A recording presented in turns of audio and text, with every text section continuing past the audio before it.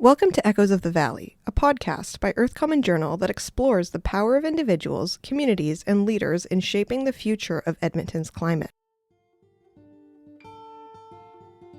I'm Colville Homeniuk. And I'm Eylse Colville. In this series, we'll dive into the stories of Edmontonians who influence their communities for better or for worse. And we will explore how Edmontonians can drive climate action toward a sustainable and resilient future. On this episode of Echoes of the Valley, influence often feels like it belongs to institutions and organizations. But as individuals, Edmontonians hold more power than you think. When people come together, we form communities that can push or prevent change. Join us on a journey through our city's past to our present as we delve into the tension between transportation and our environment and explore how two communities have influenced our sustainable future. Before we begin, we want to give a huge shout out to local historian Linnea Bell, whose incredible research on the Metropolitan Edmonton Transportation Study and Mill Creek Ravine has been a huge influence on this episode. Thank you, Linnea, for your invaluable contribution to our understanding of Edmonton's history and transportation landscape. Edmonton's river valley is a natural gem, a tranquil oasis amidst the bustle of a thriving urban centre.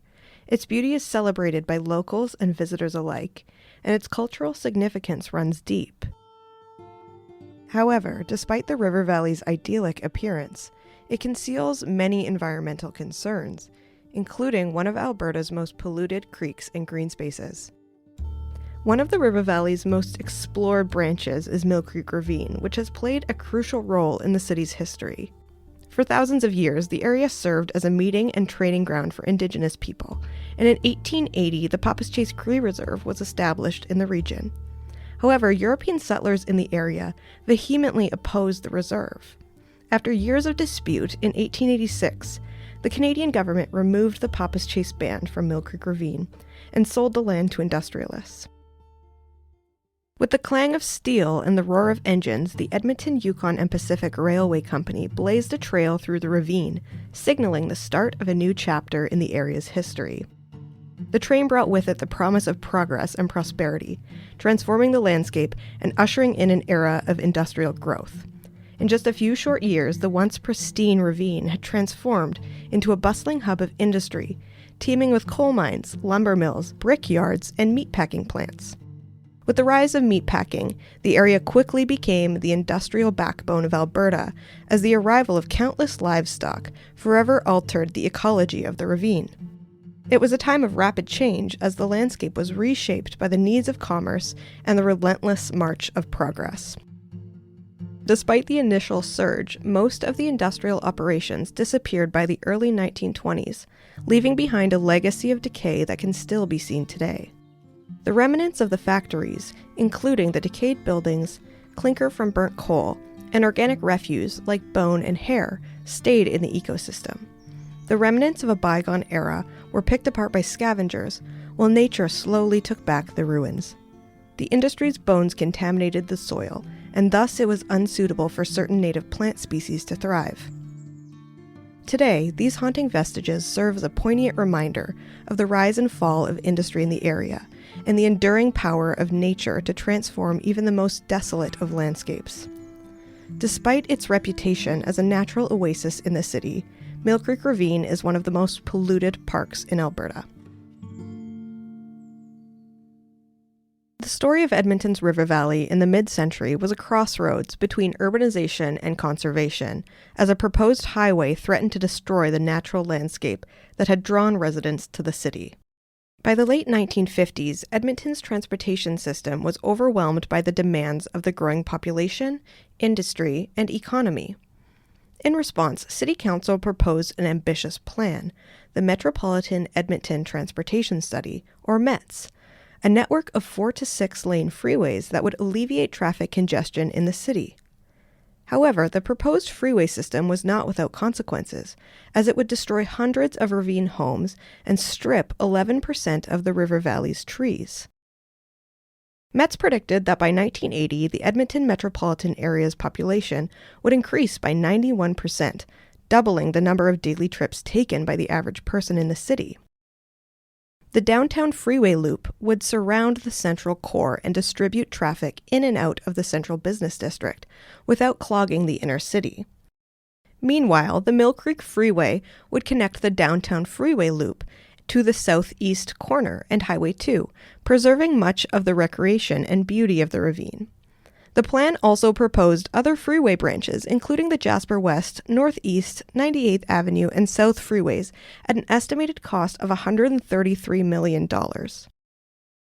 The fate of Edmonton's river valley hung in the balance, as the city faced a daunting challenge. The proposed freeway system was a threat to the very existence of the natural landscape, and the battle lines were drawn. On one side were the residents and environmentalists, who saw the river valley as a priceless treasure to be protected. On the other side, Edmonton City Council advocated for an interconnected network of freeways prioritizing industrial development at the expense of environmental conservation. In 1957, a group of citizens appeared before the Edmonton City Council to fight against the potential destruction of Mill Creek Ravine. One of the protesters was Reverend D.J. Eylse, a Bonnie Doon resident who saw the proposed road as a threat to the city's precious parkland. Eylse argued that as the population grew, more parkland was needed, not less, and made a passionate plea on behalf of those who are silent and for future generations.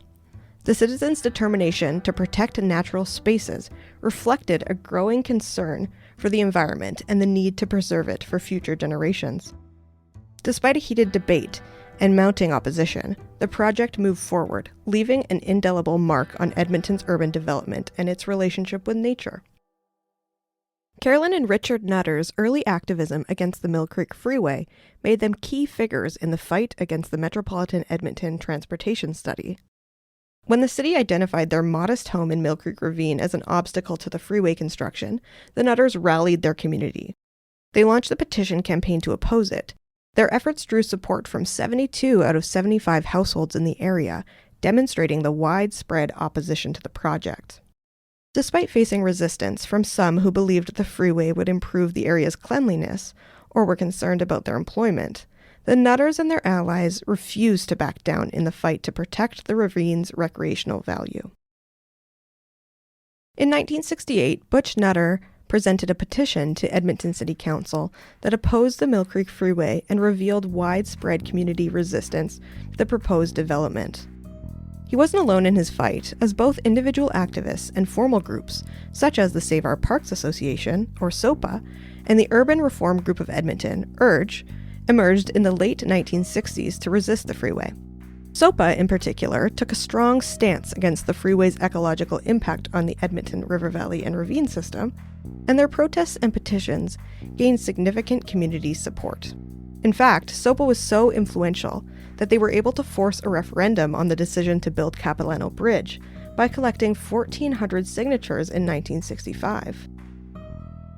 SOPA demanded that the preservation of recreational landscapes must take priority over transportation infrastructure while deciding on new infrastructure projects, echoing the urban reform movement's middle-class-led priorities.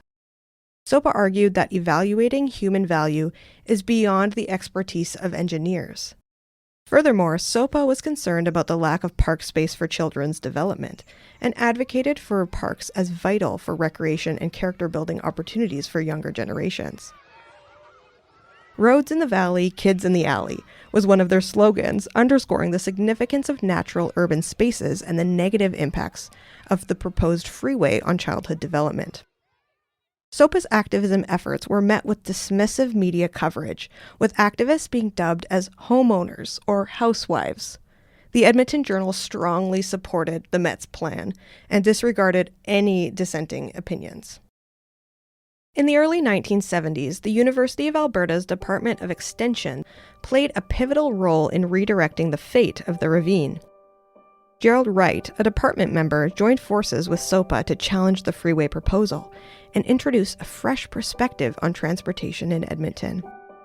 The university's involvement marked a turning point in civic decision-making, uniting citizens, academics, experts, and city employees in a collaborative effort. Meanwhile, the Save Tomorrow Oppose Pollution Group, or STOP, emerged at the university, rallying for environmental causes beyond the anti-freeway movement, from opposing DDT to raising awareness about asbestos and other pollutants through video campaigns. The James Macdonald Bridge and its tangled overpasses are the only part of Metz to have ever been completed. After the estimated cost of the project skyrocketed to $750 million in 1972, and with persistent activism from groups like SOPA, URGE, and STOP, Edmonton City Council voted to scrap Metz. In its place, a more sustainable LRT system was adopted to balance transportation needs with the protection of Edmonton's natural and urban environments. Today, the River Valley is a vital site of early Edmonton history, and its story is a testament to the complex interplay between humans and the environment.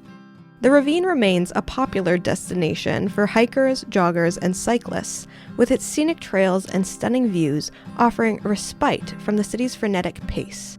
However, it's also a reminder of the environmental challenges that face us and the need for ongoing efforts to protect and preserve our natural spaces.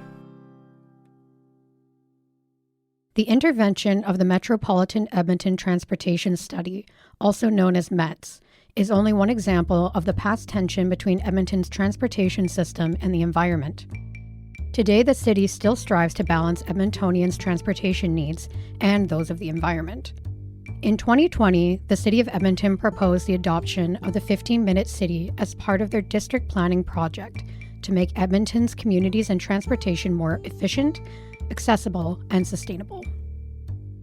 Dubbed Small Towns in Our Big City, the plan hoped to develop Edmonton's neighborhoods and communities in such a way that Edmontonians could meet their daily needs within 15 minutes of their homes.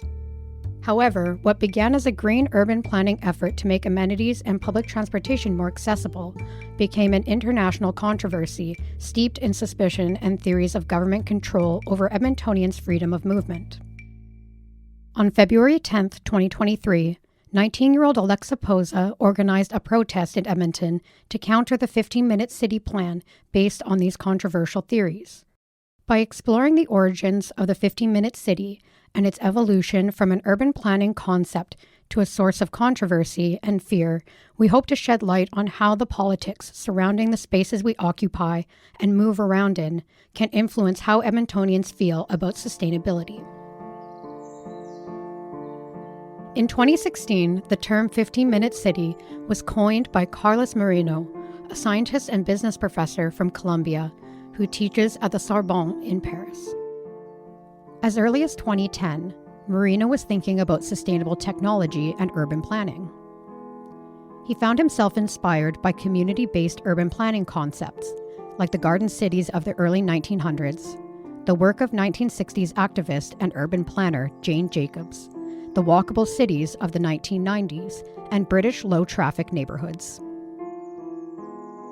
The 15-minute city is described as an ideal geography where most human needs and many desires are located within a travel distance of 15 minutes. Although the 15-minute city plan is based on sustainable modes of transportation, such as walking, cycling, and public transport, motor vehicles are not considered the standard form of transportation within the urban planning model, but they're still included.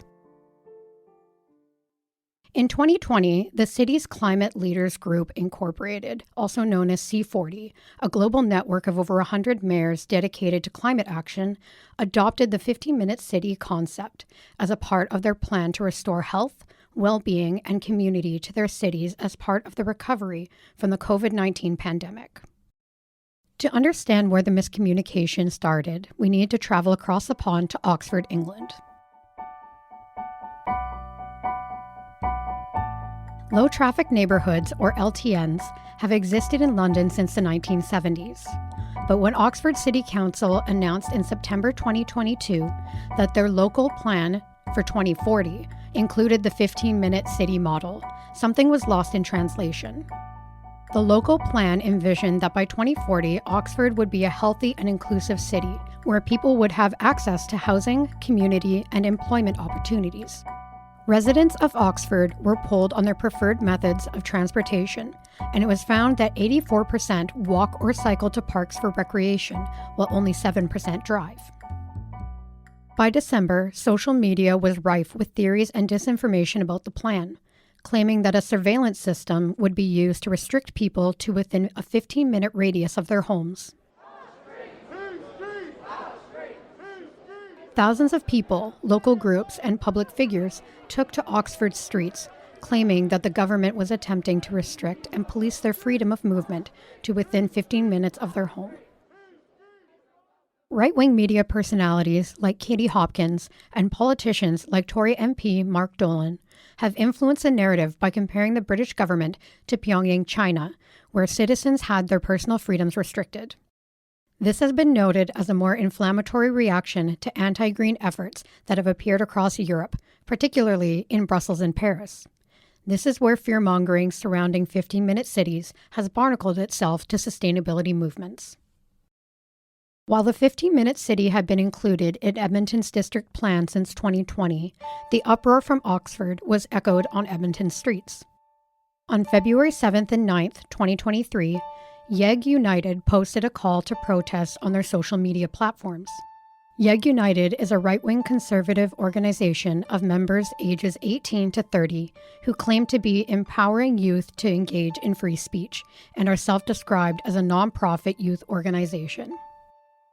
The post called for Edmontonians to gather on February 10th, 2023 on White Avenue, the heart of one of Edmonton's most walkable communities, to protest the 15-minute city plan.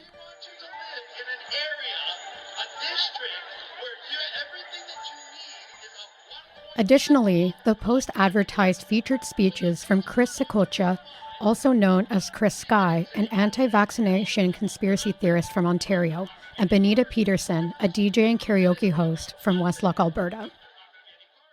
Radio station 95.7 Cruise FM boosted their call by interviewing leader Alexa Poza on February 9th. Here she explained that the plan would restrict the public's movement to a 15-minute district and that they could not leave their district without a permit. The City of Edmonton's use of the term district in their district plan became a dystopian keyword fueled by fear.